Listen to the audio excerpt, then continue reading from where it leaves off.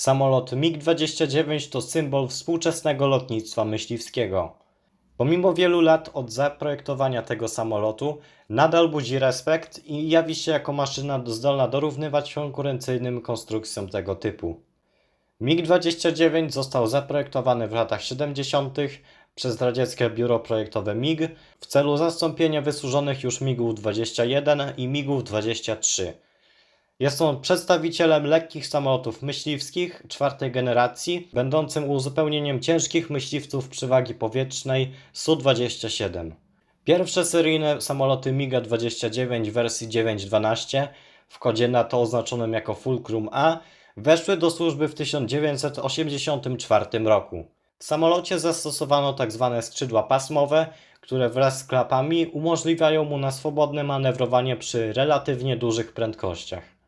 MiG-29 i Su-27 były pierwszymi radzieckimi samolotami taktycznymi, w których zastosowano turboodrzutowe silniki dwuprzepływowe. W przypadku MiG-29 były to dwa silniki RD-33 z dopalaczem umożliwiające mu rozpędzenie się do 2400 km/h. Zastosowano w nim radar S-29 Topaz, który umożliwia mu śledzenie 10 celów jednocześnie w obrębie 70 km. Co ciekawe, na wyposażeniu samolotu znajduje się celownik nahełmowy Szczel 3UM, który pozwala na łatwiejsze wskazanie celu systemowi radiolokacyjnemu i termicznemu. W skład wyposażenia bojowego wchodzi przede wszystkim 30 mm działko GS-30. Do tego posiada 6 zewnętrznych podwieszeń, na których mogą być zamontowane pociski powietrze-powietrze typu R-27, R-60 lub R-73, a przeciwko celom naziemnym lotnicze półtonowe bomby, rakiety niekierowane S-28, S-24, kasety bombowe KMGU-2, a także w wersji MiG-29M rakiety powietrze-ziemia CH-25, CH-29 i CH-31. Wersji tego samolotu było naprawdę dużo, ale na szczególną uwagę zasługuje tu wspomniana już wcześniej wersja M, która była głęboką modernizacją pierwotnej konstrukcji, a także wersja K, która mogła obserwować z rosyjskich lotniskowców. Ponadto podstawowa wersja 9.12 produkowana była również w dwóch słabiej wyposażonych wersjach eksportowych. Wersja 9.12a przeznaczona była na eksport do krajów Układu Warszawskiego. Posiadała ona spore ograniczenia w obrębie pracy radaru, radiostacji czy też układu identyfikacji swój obcy. Wersja 9.12b natomiast sprzedawana była poza nim i takie egzemplarze kupił chociażby Irak, ale i też Węgry nabyły kilkanaście sztuk po upadku Układu Warszawskiego. Swego rodzaju następcą legendarnego MiG-29 jest MiG-35, ale w zasadzie jest to ten sam samolot z licznymi modyfikacjami produkowany po dziś dzień. Użytkownikami MiG-ów są państwa należące kiedyś do bloku wschodniego. Polska posiada obecnie 14 MiG-ów zdatnych do użytku. Co warte wspomnienia, w 2002 roku nabyliśmy od Niemców 22 sztuki MiG-29 za symboliczną kwotę 1 euro za samolot, ale wprowadziliśmy do służby jedynie 14 sztuk w najlepszym stanie. MiG-29 były używane przez wojska Iranu w czasie wojny w Zatoce Perskiej, przez Jugosławię podczas operacji NATO Allied Force, a także obecnie biorą czynny udział w wojnie na Ukrainie. A tak prezentuje się klockowy model MiG-29 od Kobi i powiem Wam szczerze, że po tym modelu spodziewałem się troszeczkę więcej. To znaczy wiedziałem, że wielu tutaj elementów absolutnie nie dało się odwzorować, no jednakże ten model ma naprawdę bardzo dużo do ideału i jeszcze dosyć sporo tutaj trzeba by było zmienić, aby ten wygląd zdecydowanie poprawić. Ale o tym może później. Na razie zajmijmy się sprawami technicznymi. Model jest wykonany oczywiście w skali 1:48, tak jak większość tych nowoczesnych myśliwców. Mamy tutaj do zestawu dołączoną oczywiście podstawkę, tutaj z napisem jaki to jest model. Podstawka, jak to podstawka, niczym się nie wyróżnia. Jednakże ja tutaj po raz pierwszy spotkałem się z tym przezroczystym, no tym takim wspornikiem powiedzmy. No i tutaj niektórym może się to podobać, niektórym nie. Ja powiem tyle, że no już raz mi się ten pałąk tutaj przydał do robienia zdjęć, więc no ja nie narzekam. Ponadto jest to ten najnowszy MiG-29, który wyszedł od Kobi, czyli tutaj z oznaczeniami oczywiście polskimi oraz tutaj ukraińskimi. Mamy kilka tutaj dodatkowych elementów, które możemy sobie wymienić zamiast tych oczywiście polskich oznaczeń. Szczerze nie wiem, czy nie lepsze by były tutaj naklejki, ale już dobra, niech sobie będzie. Ja aż takim przeciwnikiem naklejek nie jestem, więc mi to by za specjalnie nie przeszkadzało, a z tymi elementami tutaj to w zasadzie nie mam co robić. I tak sobie stoją po prostu w pudełku. I co, może zacznijmy sobie omawiać ten model, dlaczego on mi się aż tak nie spodobał. Więc może tak, z przodu oczywiście jest tutaj dziób z rurką pitota. Tutaj mamy ten żółty element. To jest taka kamera, która była połączona z hełmem tutaj pilota. No i ona oczywiście pomogła wskazywać cel, który miał być do namierzenia przez te różne systemy tego samolotu. Mamy oczywiście kokpit. No i właśnie ten kokpit jest chyba największą wadą tego samolotu, ponieważ no po pierwsze on jest troszeczkę za nisko. Tutaj on powinien mniej więcej w tym miejscu się znajdować. Ponadto no ta awiewka, widzicie, ona jest cała przezroczysta. Tak absolutnie nie powinno być. Ona się powinna kończyć mniej więcej tutaj, gdzie tutaj te szare elementy są umiejscowione. W sensie, no wiecie, ona powinna być już nie przezroczysta tutaj, tylko w kolorze tego kamuflażu. No i ona po prostu powinna przechodzić w ten garb tutaj, który jest tutaj zrobiony. No i przez to, nie wiem, jakoś mi się nie wydaje, żeby ten model wyglądał za dobrze. No, tutaj z przodu też mamy nadrukowany taki pasek. On jest ok, nie mówię nic o nim. Mamy tutaj również oznaczenie. Jest to oznaczenie, teraz żebym się nie pomylił, polskiego. Czekaj, jak to? Polskiego Pułku Lotnictwa Myśliwskiego Warszawa. Chyba nic nie pomyliłem. Jeśli wam to nic nie mówi, no to ostatnio mieliśmy również JK-1B, który pochodził właśnie z tej jednostki. No i z tego co wiem, ta jednostka już nie istnieje. Dosyć niedawno została rozformowana, ale taki MiG-29 akurat w takim malowaniu istniał, nawet z tym tutaj numerem.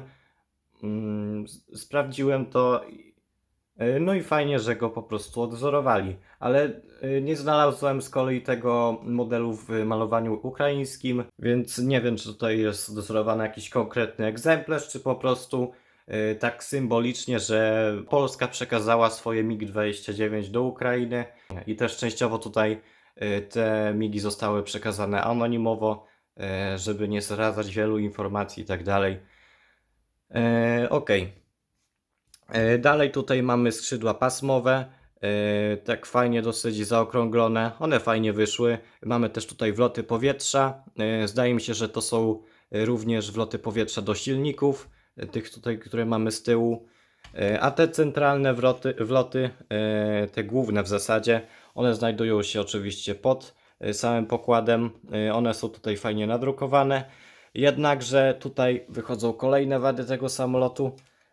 Niewygodnie mi się to trzyma, że no na przykład te skrzydła, ale też również te wloty nie są absolutnie pod żadnym kątem.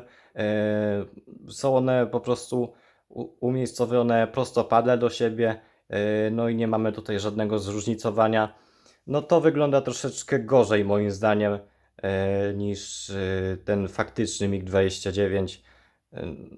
No więc nie wiem, czy akurat te wloty dałoby radę zrobić pod kątem, ale te skrzydła wydaje mi się, że jak najbardziej.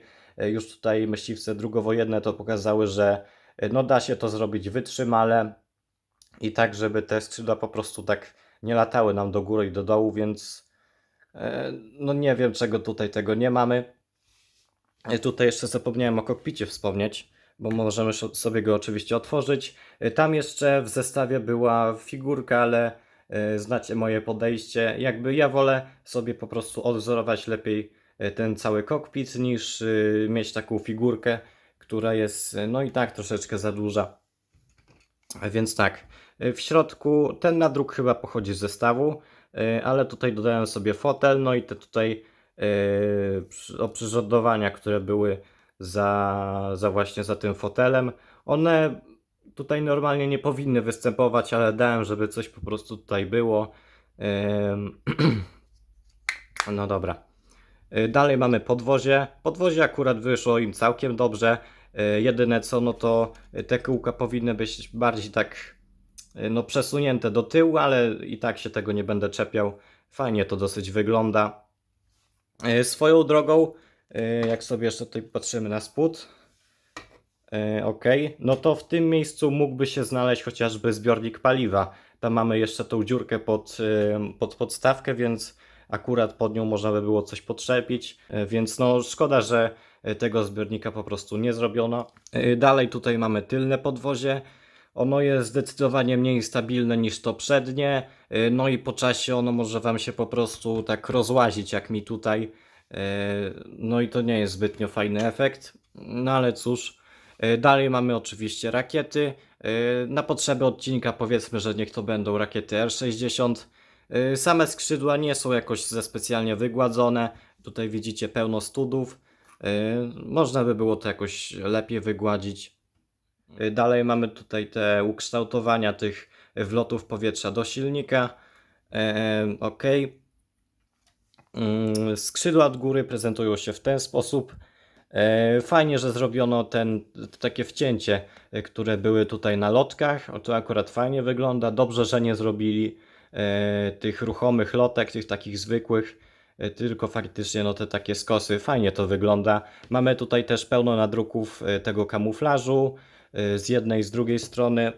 To zaraz pokażę. No właśnie tak. Tutaj też moglibyśmy sobie nałożyć oznaczenia ukraińskie, w sensie wiecie, te takie okrągłe, żółto-niebieskie. Tak. Tutaj mamy, w sensie tutaj w prawdziwym samolocie powinny się znajdować takie dziury na flary. No i powiedzmy, że jakkolwiek tutaj to imituje, aczkolwiek w takich samolotach jak MiG-15, no te dziury tutaj absolutnie nic nie powinny symbolizować. No i moim zdaniem Kobi powinno to jakkolwiek tutaj zaślepić. Akurat, no nie w tym samolocie, ale wiecie o co chodzi, nie? Dobra. A, jeszcze miałem powiedzieć trochę o sylwetce, która prezentuje się w ten sposób. No o tym dziobie już nie będę mówił, aczkolwiek bardziej chodziło mi o to, że no te silniki powinny być bardziej takie proste i te skosy akurat nie powinny być aż tak ostre, albo w ogóle ich nie powinno tutaj być, no ponieważ te silniki były praktycznie prostopadłe względem gruntu, no i moim zdaniem to nie za specjalnie dobrze wygląda. Więc, a to też nie jest jakaś, wiecie, to nie jest coś, co jest aż takie trudne do zrobienia, no bo wystarczyło po prostu tutaj to obniżyć, te zaokrąglenia by tutaj zostały, silniki też troszeczkę obniżyć, no i ta sylwetka by wyglądała po prostu lepiej, tak? Ok, tutaj mamy stateczniki pionowe. One są wykonane specjalnie pod ten zestaw, aczkolwiek też by pasowały do innych radzieckich samolotów, więc no fajnie. Mamy oznaczenia polskie. Tutaj jeszcze są wytłoczone lotki, aczkolwiek one są absolutnie nieruchome, niestety. Tylne stateczniki, one wyglądają nawet ok. Tutaj jeszcze w tym kamuflażu, one są oczywiście ruchome, aczkolwiek no to jest taki dosyć newralgiczny punkt i no po zahaczeniu mogą się po prostu łatwo odczepić. No też te koła dosyć łatwo się odczepiają. Z tyłu mam oczywiście dwa silniki. One wyglądają dosyć dobrze, aczkolwiek nie wiem, czy nie są troszeczkę za krótkie. One powinny leciutko tutaj wystawać poza tą konstrukcję, no ale okej. Tutaj też po środku był taki element. No i tutaj nie za bardzo jestem pewien, no, co on w prawdziwym samolocie miał robić, bo wiem, że to jest taka po prostu czarna gąbka, ona się tam normalnie ugina, aczkolwiek no, nie jestem pewien, co to jest za oprzyrządowanie. Jeśli ktoś z Was wie, no to no, napiszcie w komentarzu. No i co? To chyba by było tyle, jeśli chodzi o ten samolot. Możemy go sobie porównać z innymi samolotami. Dobra, ja mam tutaj grip pena.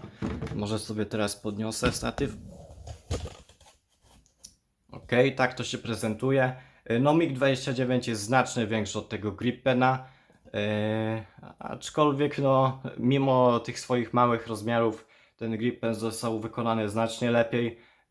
No tylko ten oczywiście tutaj przód troszeczkę szpeci, ale i tak nie jest najgorzej. Natomiast ten MiG